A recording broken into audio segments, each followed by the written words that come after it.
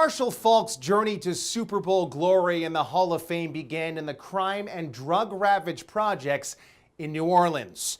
It was there in the Ninth Ward, home to some of the most treacherous territory in the Big Easy, that he was incredibly lucky to meet caring coaches who changed his life forever. These men stressed good behavior, good grades, and good sportsmanship, and there were lessons that Faulk grabbed onto and never surrendered throughout his record-shattering 12-year NFL career. Well, pretty much the reason why I play sports is because of my coaches staying on me, requiring the discipline. I mean, I was a bad little kid, and they made sure, pretty much all of my coaches when I was a youth, they made sure that if I wasn't acting right, if I didn't have grades, then I couldn't play. And I believe those lessons, they carried on as I got to high school, when I got to college, and then even throughout my pro career. It kind of shaped me to where I just wanted to be a better player. I wanted to be a better person on and off the field. I played baseball, played basketball, ran track, football. I enjoyed it. I enjoyed the camaraderie of pretty much all team sports. And I wanted to, I always wanted to win, but I always wanted my opponent to understand that I was a good winner. I didn't want to be one of those guys that won and rubbed it in their face. And then I made sure that I was an even better loser. I took it in stride and understood that every time I went out, you couldn't win. During Faulk's Hall of Fame induction speech in 2011, he spent a lot of time thanking a lot of people, and with good reason. As the youngest of 6 brothers raised by a single mom, it was those outside influences, most notably his coaches, that helped shape his character.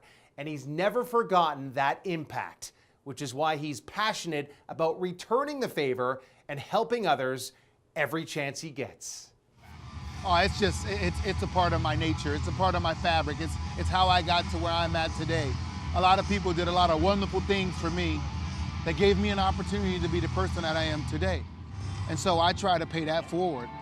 In a cliche matter, I try to make sure that all the kids that are coming up in areas like I came up, that they have an opportunity by just identifying with me that I was once in their seat. And if they can just look at me and say, boy, he sat here, he made it. If I affect one kid, it's better than the none I would affect if I was not doing it at all. In Faulk's rookie debut with the Indianapolis Colts, he rushed for 143 yards and 3 touchdowns. It was a spectacular beginning to a glorious career that was later highlighted with a Super Bowl title with the St. Louis Rams, where he had a starring role in the greatest show on turf. It was a season that still leaves him speechless to this day. I can't even put that in words. It's an accomplishment that requires a lot of people doing a lot of great things all at the same time, with having the same goal in mind.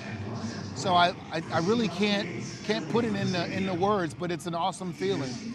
Even now, years later, Faulk still talks about the teamwork and the importance of everyone working together.